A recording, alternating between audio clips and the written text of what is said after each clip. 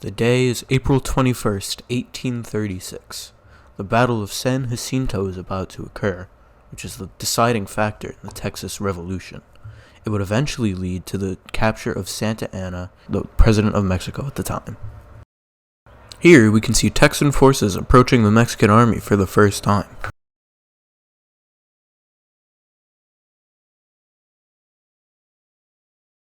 And with that order, fighting commence.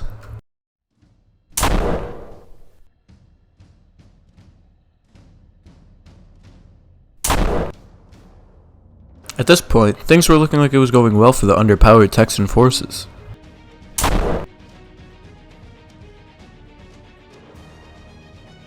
The Texans were able to use their superior battle knowledge to outsmart the Mexican army, who was very underdeveloped in strategies at the time.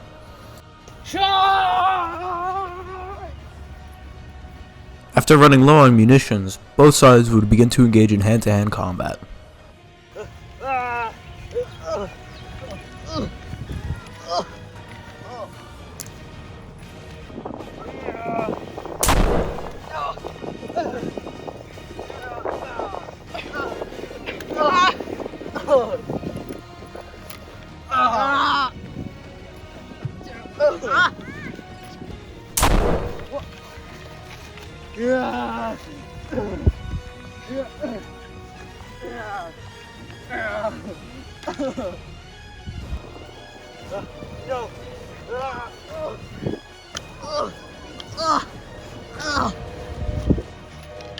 This would be the point where the Texan army would really begin to overpower the force of the Mexicans.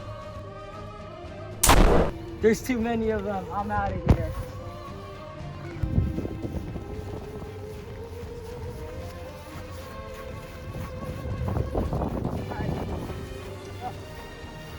After the loss of the battle, Santa Anna would then retreat.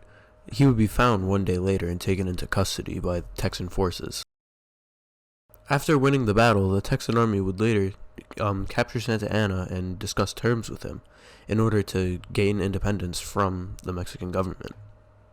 This effort would succeed, and Texas would later be granted its independence from Mexico, and even later it would end up joining the United States and becoming a state. After the capture of Santa Anna, he would be interrogated and would eventually give up the territory of Texas. This would then bring an end to the fighting between the forces of Texas and Mexico. I'm gonna put this in very simple terms. Okay. You give us Texas's freedom, and we give you yours. Never. You wanna rethink that? No. What the heck? Stop it. I'll sign your papers. Alright, let me get it.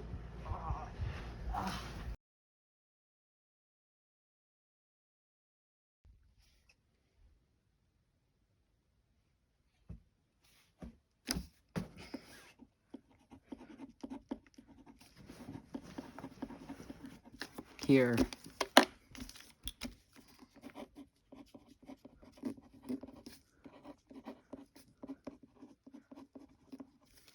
Alright, looks like we have a deal. This clip from a documentary shows a different perspective on the capture of Santa Anna.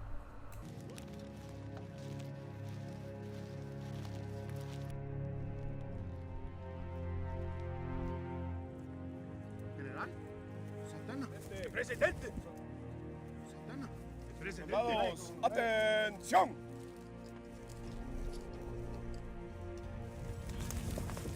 Are you Santa Anna? The Texian soldiers wanted to kill General Santa Anna on the spot, but General Houston recognized the political leverage he now had. Bring him here. Houston now had the power to end the war at San Jacinto. Seated under a live oak tree on the banks of Buffalo Bayou, the two generals hashed out a ceasefire. Yo soy Antonio López de Santana, presidente de México y comandante y jefe del ejército de operaciones aquí en Texas. Me pongo a disposición del valiente general Houston y conquistado al Napoleón del Oeste. He says he is General Antonio Lopez de Santa Anna, President of Mexico and General of the Army of Operations against Texas. He places himself at your disposition, General Houston. He says you are born to no common destiny to have conquered the Napoleon of the West. I will spare your life, but the war ends here. You are to write to all your generals and order them to evacuate Tejas, or we will drive them out. After signing the treaty, Texas would officially gain its independence from the nation of Mexico. This, however, wouldn't last long, as Texas was unable to support itself financially and would end up seeking the help of the United States. This would prove to be problematic later on, during the beginning of the Civil War. The next scene will show the process of Texas officially becoming a state.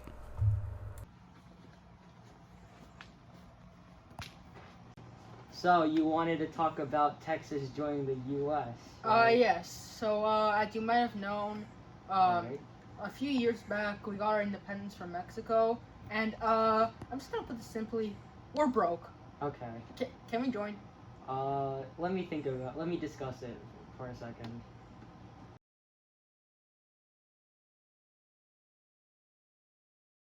As the two congressmen spoke, they would eventually reach a conclusion.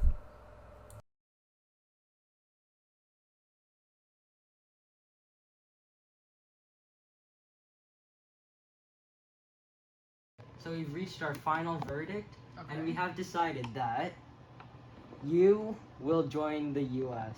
Thank you. Congratulations. Shortly after joining the U.S., Texas had already begun to start problems for the relatively new nation. The most obvious of these problems was when Texas had accidentally begun the Mexican-American War. This conflict, however, would only prove to be one of the main issues that Texas would create within its time in the Union. The next scene depicts one of the final battles of the Mexican-American War, in which the Americans would dominate the Mexican army and eventually win.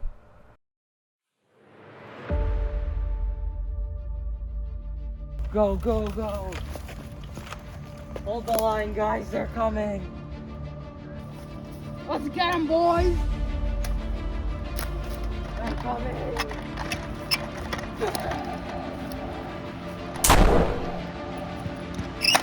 Let's flank them, boys! What?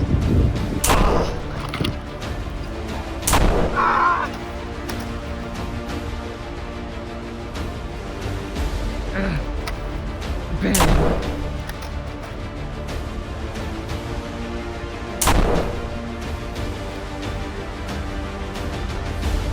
Charge!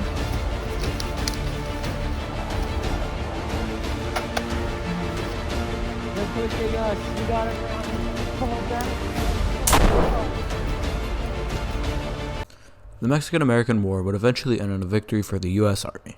This wouldn't be the end of the U.S.'s problems with Texas, however. To understand the issue, we need to go back to the time leading up to the Civil War. There was a very strict balance between the free and slave states that had been maintained as to not give any side an easy way to outrule the other. Texas would cause major problems as it overthrew the balance and would allow for slavery to very easily become legal in the entirety of the United States. The following clip of a documentary exercises this point very well.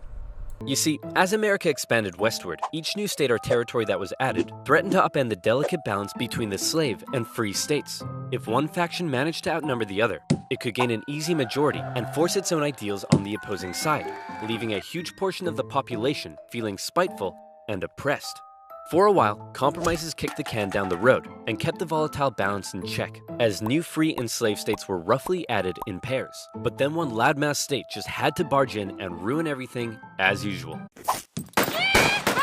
The addition of Texas saw the United States enter into a war with Mexico, which they won, gaining a huge amount of land out west and creating even more problems. Hey guys, nice to meet you. I'm California, and I would like to become the 31st state. Hey buddy, welcome to the nation. We'll be happy to accept you as a southern slave state. Oh no, you don't. You're trying to get one over on us. California's gonna be a free state. Okay, listen, why don't we just ask California what it wants to be, and we can free state? Well, then, allow me to introduce to you the territories of New Mexico and Utah, able to freely vote for slavery themselves. Hey, you can't do that! And we can enter Northern Territory anytime we want to recapture escaped slaves. What? the issue of slavery is solved and it will never come up again.